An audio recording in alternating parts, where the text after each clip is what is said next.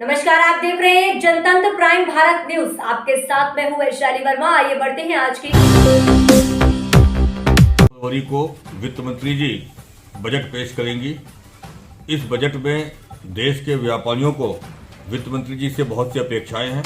सबसे पहले उत्तर प्रदेश आदर्श व्यापार मंडल वित्त मंत्री जी से ये मांग करता है कि जो लोग विलफुल डिफॉल्टर हैं उनके ऊपर शिकंजा कसना चाहिए, क्योंकि उनकी वजह से बैंक की जो लोन होते हैं उनकी दरें बढ़ जाती हैं, उनके रेट्स बढ़ जाते हैं और उसका खामियाजा पूरे देश के व्यापारियों को, जनता को भुगतना पड़ता है। तो इस बजट में ऐसा प्राविधान करें कि जो विलफुल डिफॉल्टर हैं उनके ऊपर शिकंजा कसना चाहिए। साथ ही साथ जीएसटी को लागू हुए बहुत समय हो गया, लेकिन अभी भी जीएसटी में अनेक विसंगतियां हैं। तो जीएसटी को और सरल किया जाए। जीएसटी में मात्र 2 ही दरें होनी चाहिए। वो दरें कौन सी हो? 5 से लेकर के 15% के बीच में होनी चाहिए। 4 प्रकार की जो दरें चल रही हैं ये कहीं ना कहीं निश्चित रूप से सबको उलझाने वाली हैं। पिछले वर्ष जो नया स्लैब शुरू हुआ था उसमें 80C की छूट नहीं है। तो आदर्श व्यापार मंडल की ये भी मांग है कि उस स्लैब में 80C की भी छूट होनी चाहिए। प्रमुख बाजारों में सीसीटीवी कैमरे की योजना आनी चाहिए।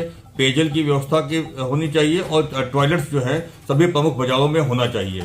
जीएसटी में जो व्यापारी पंजीकृत हैं उनको 10 लाख रुपए का स्वास्थ्य बीमा, जो पंजीकृत नहीं है उनको अनिवार्य रूप से 5 लाख का स्वास्थ्य बीमा मिलना चाहिए। जीएसटी के भुगतान के आधार पर व्यापारियों को व्यापारी पेंशन योजना मिलनी चाहिए। देश के परंपरागत व्यापारियों का व्यापार ई कॉमर्स की वजह से चौपट हो रहा है। विदेशी ई कॉमर्स कंपनियां व्यापारियों को नुकसान पहुंचा रही हैं। ऐसे में देश में ई कॉमर्स के लिए पॉलिसी होनी चाहिए और रिटेल ट्रेड के लिए पॉलिसी होनी चाहिए, ताकि जो है व्यापारियों को व्यापार करने में आसानी हो। डिजिटल पेमेंट को बढ़ावा देने के लिए क्रेडिट कार्ड और डेबिट कार्ड में जो शुल्क लेती है गवर्नमेंट, ये नहीं होना चाहिए, क्योंकि ये भी एक लोगों ने जब अपनी पद्धति शुरू की है डिजिटल भुगतान करने की, तो कहीं ना कहीं ये लोगों को नुकसान पहुंचा रहा है। बैंकों को सब्सिडी सरकार देवे, व्यापारियों को या जनता को ये भुगतान ना भुगतना पड़े।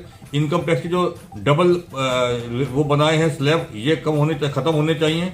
8 लाख तक की इनकम फ्री होनी चाहिए।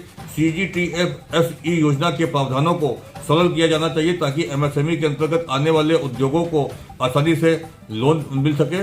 और जीएसटी के अंतर्गत जो सर्विस सेक्टर है उस पर उनकी दरें बहुत ज़्यादा है। वो 5%, जितनी भी सर्विस के अंदर चीज़ें आती हैं उन पर 5% का ही टैक्स का स्लैब होना चाहिए, ऐसी हम लोगों की मांग है। मुझे लगता है कि वित्त मंत्री जी जो देश की इकोनॉमी को $5 ट्रिलियन इकोनॉमी बनाने की ओर अग्रसर हैं, तो उसमें प्रदेश की और देश के व्यापारियों को मजबूत करना बहुत आवश्यक है। यदि देश के परंपरागत व्यापारियों पर सरकार विश्वास करेगी, उनको मजबूत करने का काम करेगी, तो निश्चित रूप से प्रधानमंत्री जी का जो $5 ट्रिलियन का लक्ष्य है वो आसानी से प्राप्त किया जा सकेगा।